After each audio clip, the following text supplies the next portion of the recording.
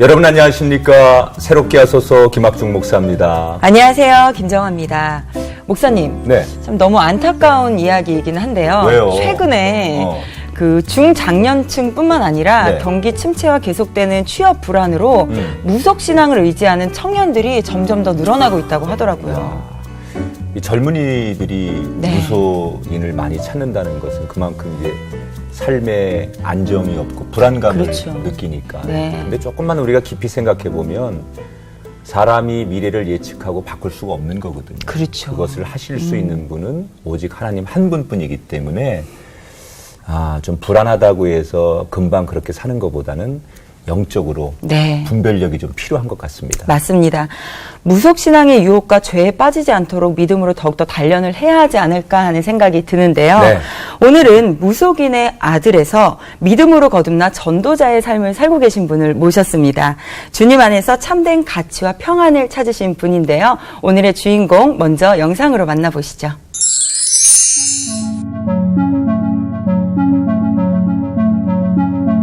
저는 철저한 우상숭배 가정에서 자랐습니다. 어머니는 할머니에 이어서 2대째 무속인으로 살아오셨고 피리와 장구 등 국악기를 연주하셨던 아버지 역시 무속신앙의 열심이었습니다. 지역에서 유명했던 무속인 가정으로 교회와는 거리를 두고 살았습니다. 이런 저희 가정을 안타깝게 바라보고 계셨던 주님께서 뜨거운 전도자를 보내주셨고 어머니로부터 여자 형제들을 순차적으로 성령 안에서 거듭나게 하셨습니다. 세상에 영화로운 꿈만 꿔왔던 저조차 군 복무 시절에 주님을 만나고 놀랍게 변화되었는데요. 깊고 넓은 아버지의 사랑을 전하지 않고는 견딜 수 없었습니다. 군 복무를 마친 후 대학 캠퍼스에서 뜨겁게 전도를 시작했습니다. 또 목회자가 되어 국내의 작은 교회를 개척해 오랜 시간 섬겼는데요. 하나님의 부르심에 따라 중국 선교지에서도 복음의 씨앗을 뿌렸습니다. 무속인의 아들로 우상숭배와 세상 성공만을 쫓아 살던 저를 복음 전도자로 새롭게 하신 놀라운 주님의 계획, 오늘 진솔하게 고백하겠습니다.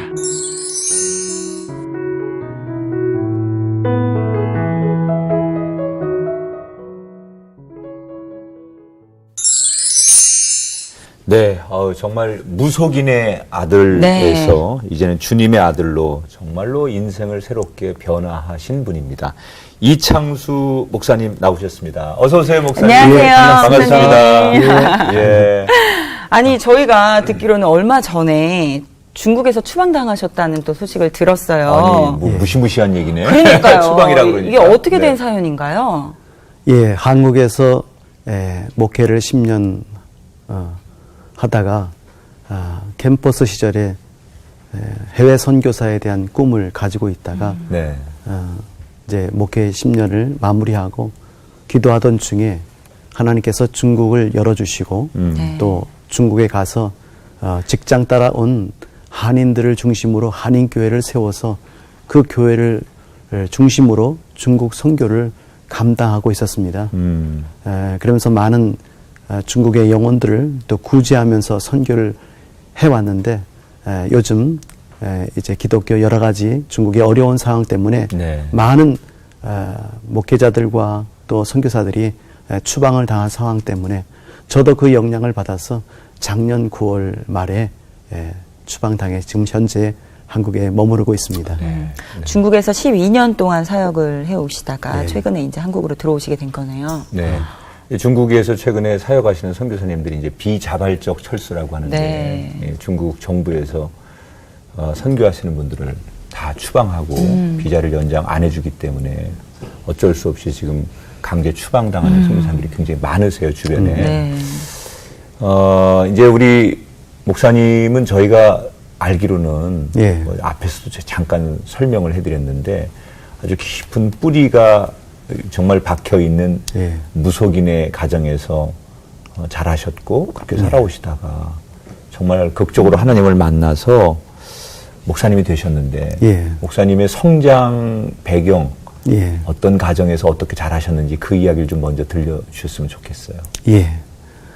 저는 태어나기는 서울 암사동에서 태어났는데 아주 어렸을 때 인천 부평 부계동에서 자라났습니다. 네. 그런데 저희 외할머니가 만신이고 또 저희 어머니가 25년 동안 무당 생활로 2대째 무당의 가정이었습니다. 네. 그리고 아버님은 이제 피리를 부시면서 국악을 다루시면서 어머니와 아버지와 함께 굿을 다니시고 또 무속일을 하셨던 참 특별한 가정이었죠. 네.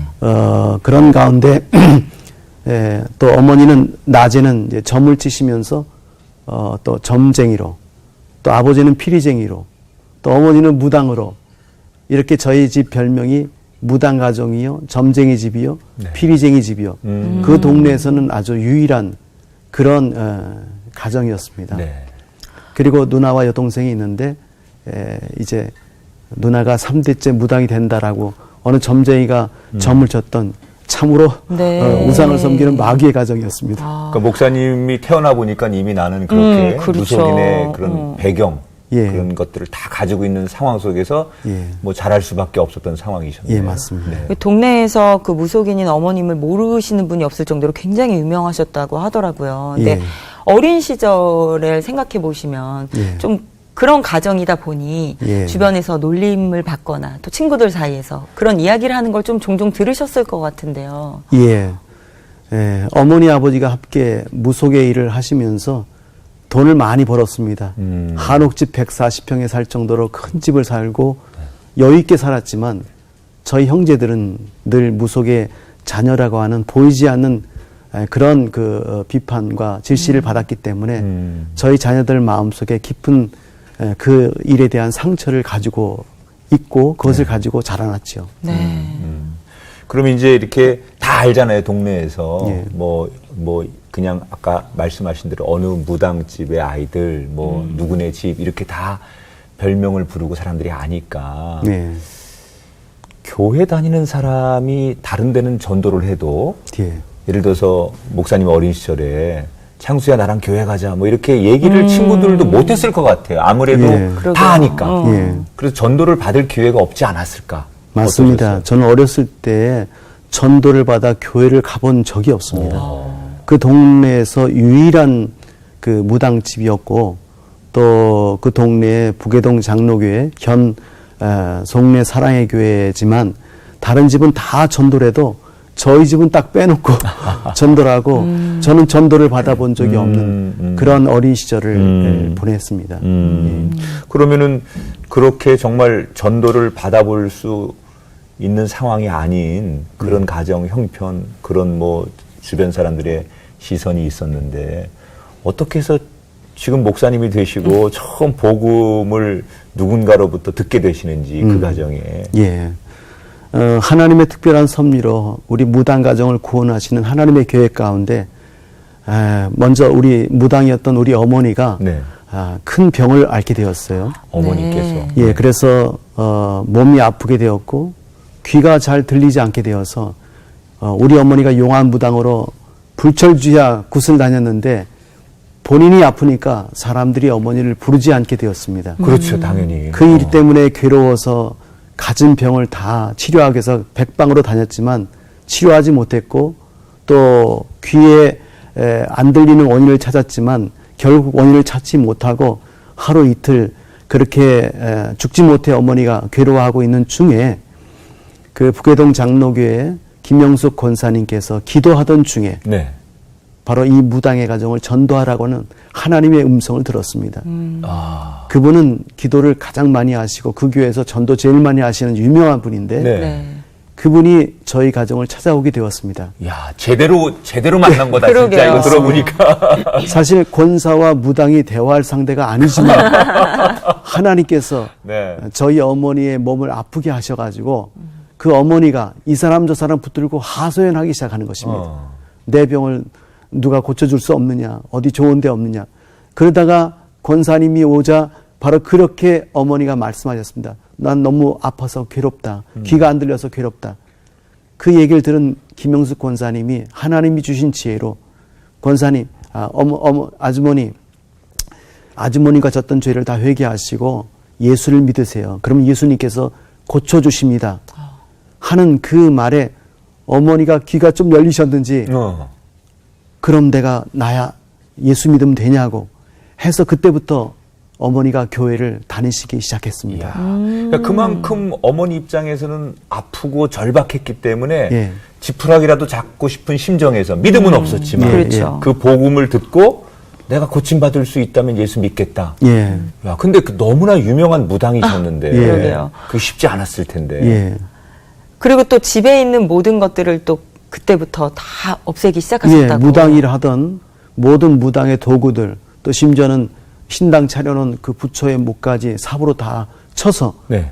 다 뒤뜰에 묻어놓고 네. 그리고 어허. 어머니가 교회를 나오신 것입니다. 예. 그러니까 하나님의 계획 가운데 부르시는 여러 가지 방법이 있는데 그 몸의 질병을 통하여 두 손 들고 나올 수밖에 없는 그런 상황을 만드신 것 같습니다. 아니 그럼 궁금한 거는 정말 예. 그렇게 해서 교회를 나가셨어요. 예. 평생 무당하시던 그 어머니와 어머니 때부터 해오던 무당의 일을 그만두고 나가셨는데 예. 정말 나가셔서 예수 믿기 시작하면서 고침을 받으셨느냐 그게 다들 궁금한 거예요. 지금. 그렇죠, 그렇죠. 그게 얼른 고침받지는 못했습니다. 네. 그것은 아직 어머니가 믿음이 부족했기 때문에 예, 예. 병 낫고자 나가긴 했지만 진정한 믿음이 들어가려면 시간이 좀 더 지나야 되는 부분이었어요.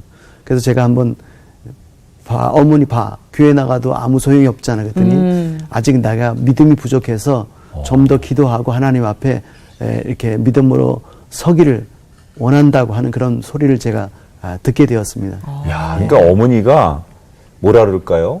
굉장히 의지가 강하신 분이고 그렇죠. 세상적으로는 네. 또 그 복음에 대해서 민감하신 분이에요. 그러니까 그 한마디에 정말 내가 예수 믿어야 되는데 아직은 내가 지은 죄가 많으니까 네. 이 며칠 나간 거 가지고 내 병이 고쳐지겠느냐 그렇게 말씀하신 거라면 어머니는 굉장히 영적으로 민감하신 분이었다 그런 생각이 드는데 예. 그럼 아드님 입장에서는 예. 그런 어머니를 보면서 예.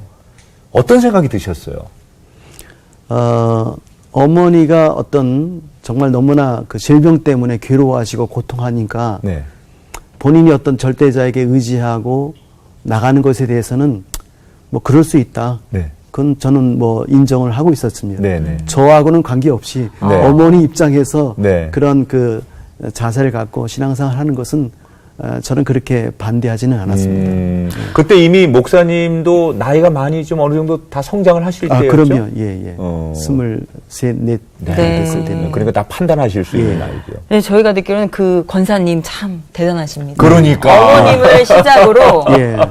누님하고 여동생까지 다 전도를 하셨다고 들었어요. 예. 그 권사님은 정말 전도자의 모범이셨습니다. 네. 어머니 이제 교회로 인도하신 것으로 끝난 것이 아니라 우리 가족을 전도하기 위해서 매일같이 또 찾아오셨습니다. 네. 그런데 그 누나와 여동생이 네. 그것을 받아들이지 않고 얼마나 이 무당 딸들이 마음이 강박한지 그 권사님이 오시면 누나는 물 갖다가 껴지고 또 여동생은 소금 갖다 껴지면서 핍박하면서 반대하는 그런 상황이었습니다. 그러니까 어머니가 어쨌든 간에 교회를 먼저 나가셨는데 예. 그 따님이셨던 목사님에게 누나와 여동생이지만 따님들이 어머니가 교회를 선택했는데 따님들이 그렇게 교회에서 오시는 분을 반대했던 이유는 뭘까요? 워낙 가지고 있던 집안의 무속적인 그런 네. 신앙인데 네.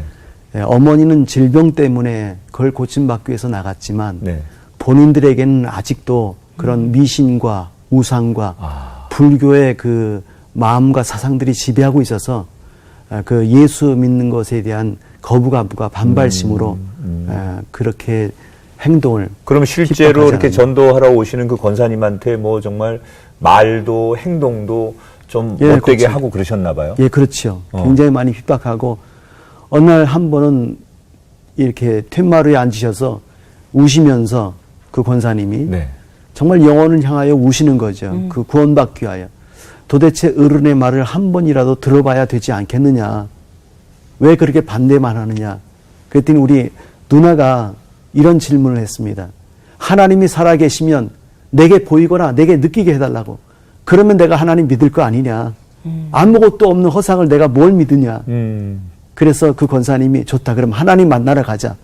해서 82년도 여름에 그 교회 성도들과 또 어머니와 또 그 권사님과 우리 누나와 함께 그 기도원이라는 데를 올라갔습니다. 이거 무슨 갈멜산의 전투 같네. 그러니까요. 그러면 그때 가서 기도원에 가서 처음 예배를 드리셨을 거 예, 아니에요. 예, 예, 예. 거부감이라든지 좀 이렇게 그런 마음들은 없으셨을까요? 예, 산에 올라가니까 많은 사람들이 모여서 손을 흔들고 찬양하고 할렐루야 외치고 아니 웬 여자들이 이 밤에 이렇게 산에 많이 모여있어. 다 미친 여자들 아니야? 네.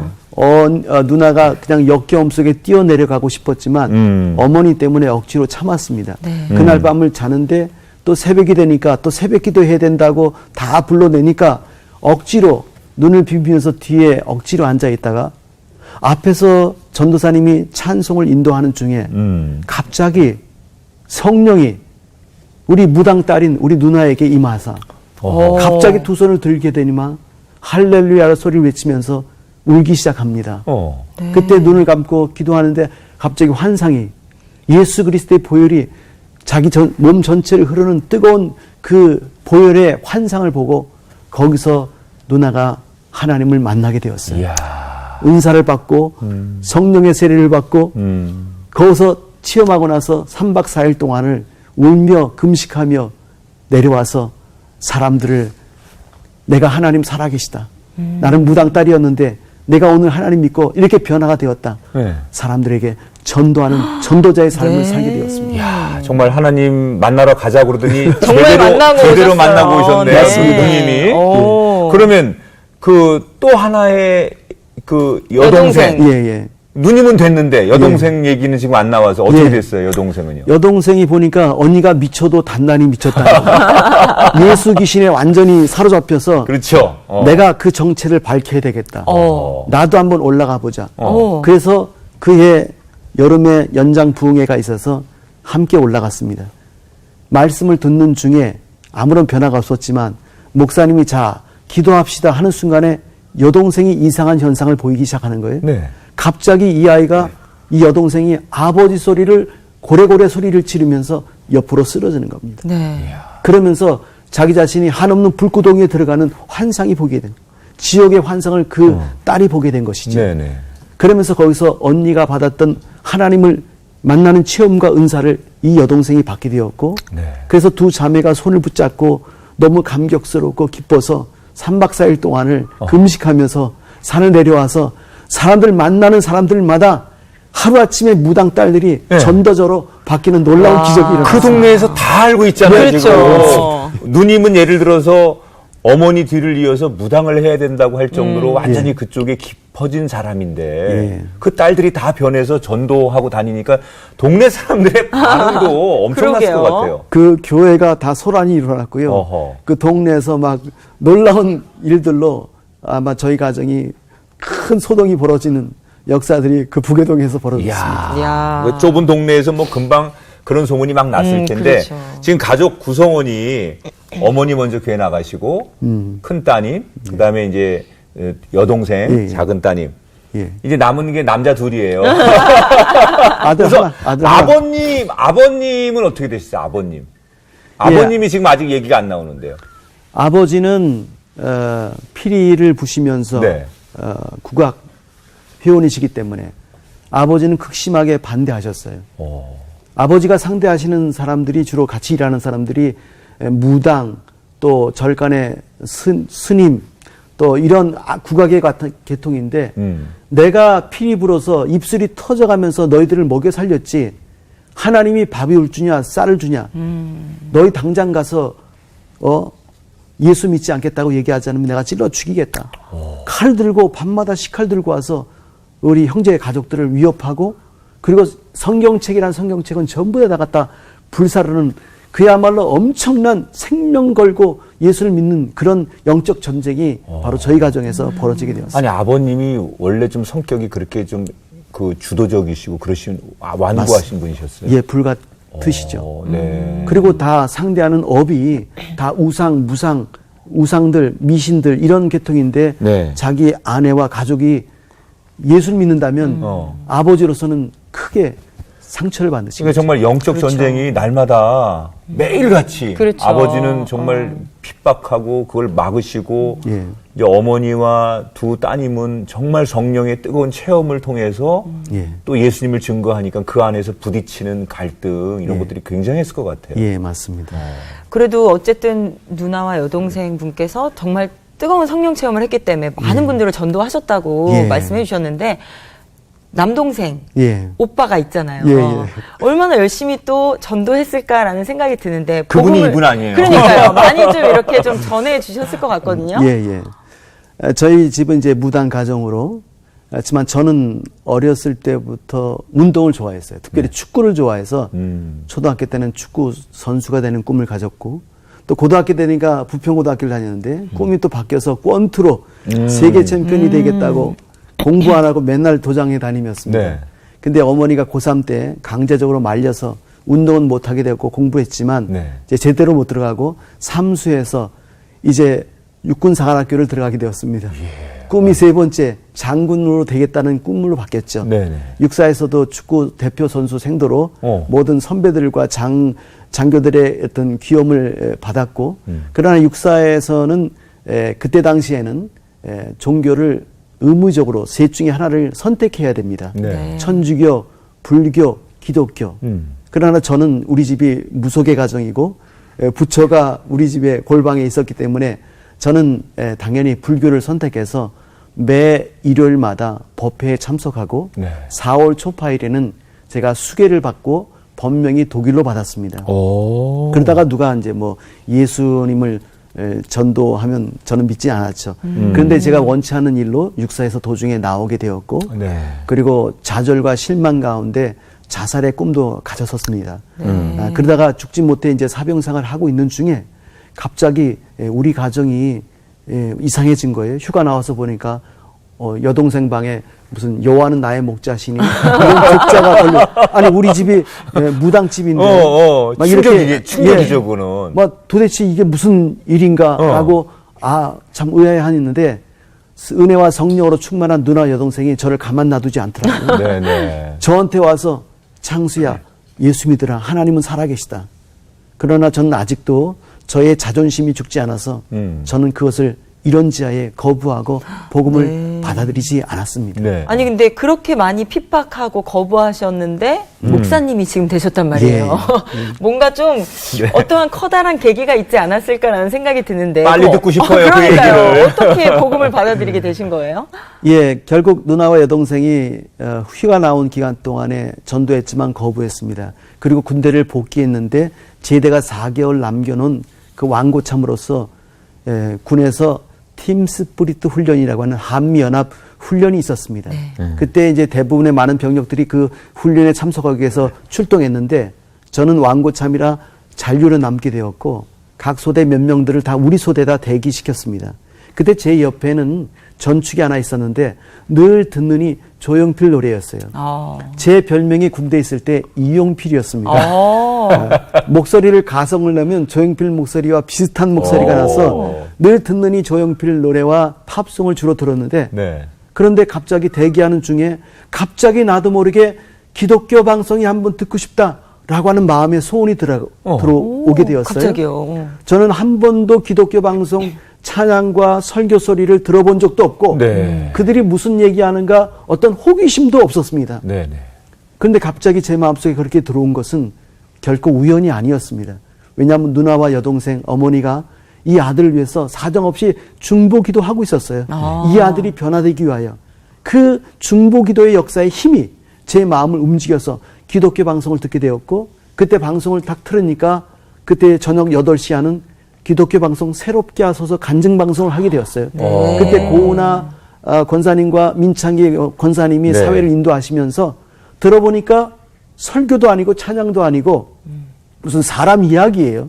깡패가 변해서 예수 믿고 목사가 되고 정말 질병이 있는 사람이 예수 믿고 고침받고 하는 그런 얘기가 너무나 재밌더라고요. 네. 그래서 너무 재밌어서 그 다음날 1시 하는 재방송도 듣게 되었고 점점 제가 깊이 흥미를 느껴서 4시 하는 찬양의 꽃다발도 듣게 되었어요. 네. 기독교 방송 이제 아예. 애청자가 되시네요. 예.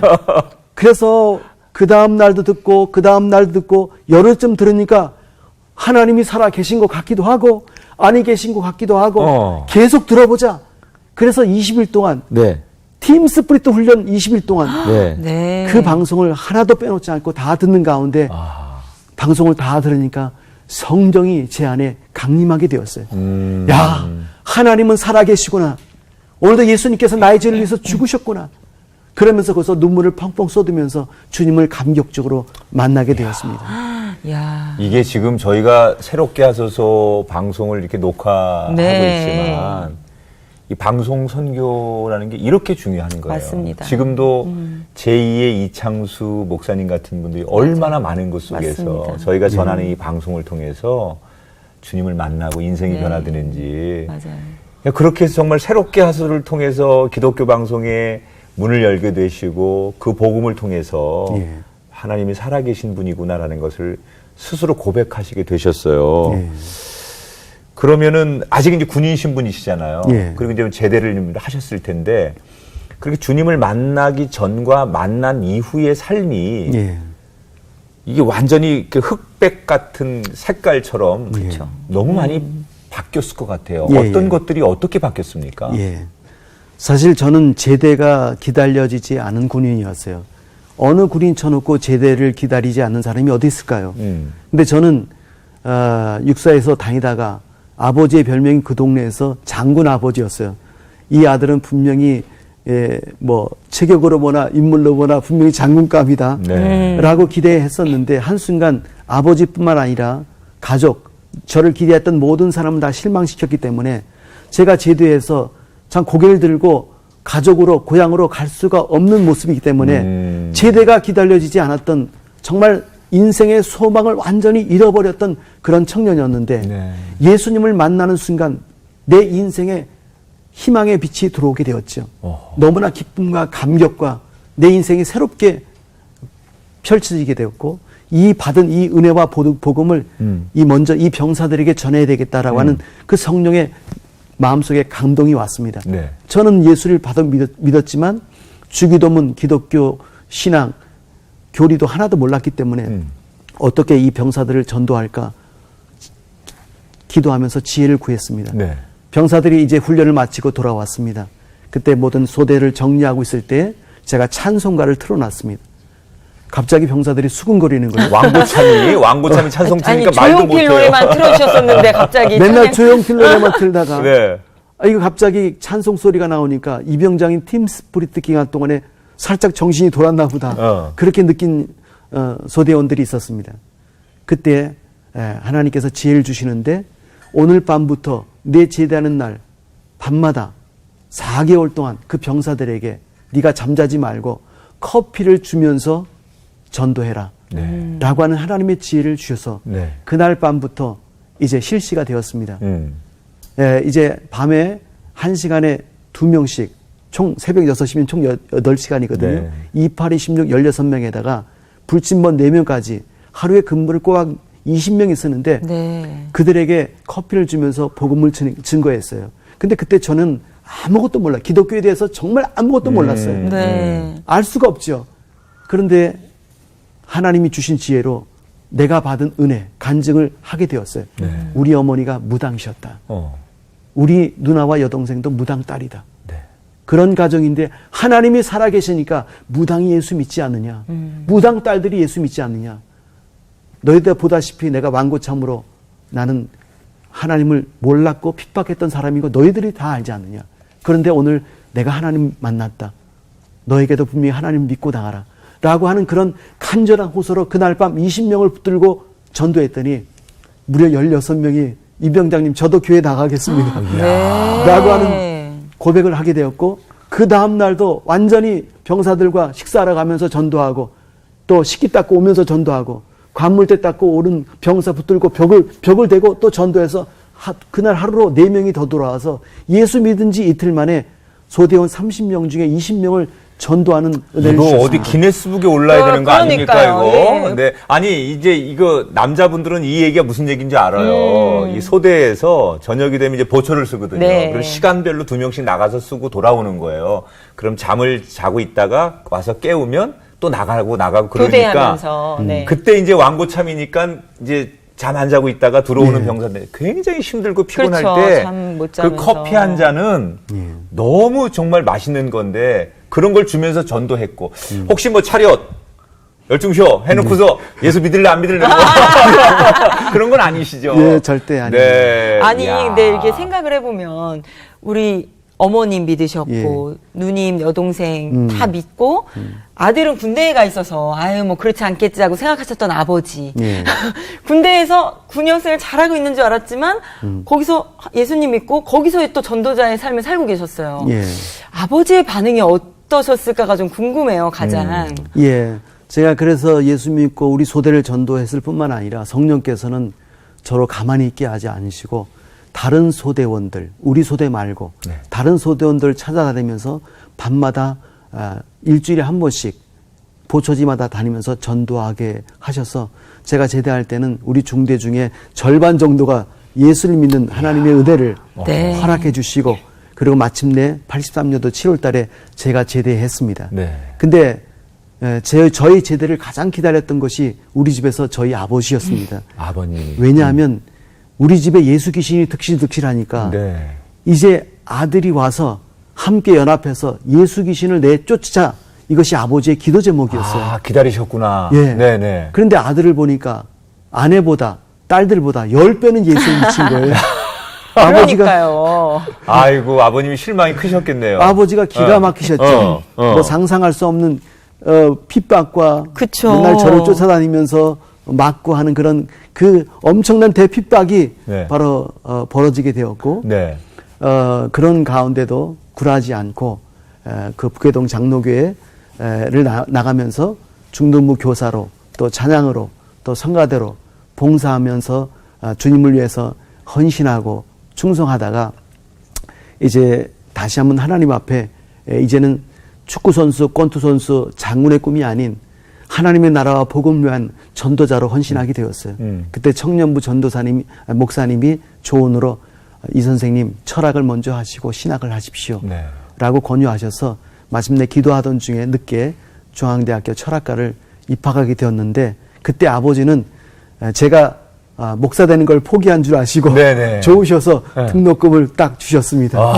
하나님의 계획인 철학하고 신학할 줄 전혀 모르셨죠. 네네. 그런 가운데 신학대학 안 가기만 하면 된다. 예.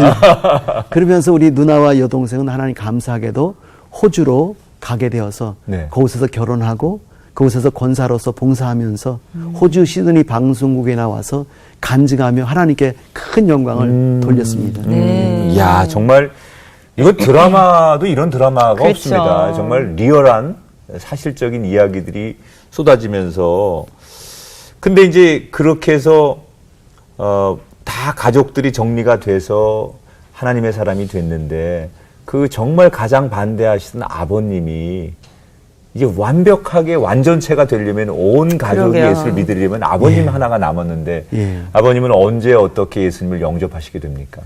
예, 결국 제가 이제 신대원을 졸업하고 목사가 돼서 교회를 고양시에서 개척하면서 아버지는 인천 부평에서 부모님과 사셨는데 일주일에 한 번 주말이면 저희를 그래도 아들이니까 네. 자식이니까 찾아오게 되었고 오셔서는 본인이 싫든 좋든 간에 함께 예배를 드릴 수밖에 없는 네. 상황이 되었다가 예배를 쭉 드리시면서 거기서 믿음이 들어가시고 네네. 거기서 예수를 영접하시고 그리고 이제 노년에 아버지가 또 친화력이 좋으십니다. 네. 많은 노인들을 많이 전도하시고 네. 또 교회에서는 장로님 안수는 안 받았지만 네. 장로님 이렇게 대우로 이렇게 하시다가 명예장로님처럼. 하나님께, 예, 네. 명예장로님처럼 하나님 나라에 소천하시고 네. 또 어머니는 지금도 이렇게 살아계시면서 권사님으로 또 저희가 이제 중국에 가 있는 동안에 신앙생활 하시면서 저희를 위해서 기도하시고 남녀생 믿음으로 살고 계시고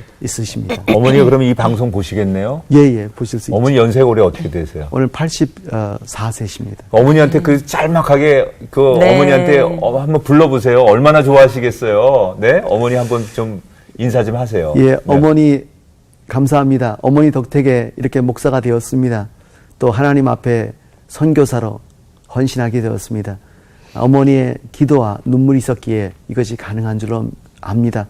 오랫동안 또 선교사로 나가 있어서 잘 보살펴드리지 못했지만 또한 이곳에 저를 불러서 또 어머니를 봉양하고 남은 여생 건강하게 주님을 섬기면서 또 많은 영광을 주 앞에 드리는 복된 삶이 되시길 저희가 항상 기도하겠습니다. 네. 감사합니다.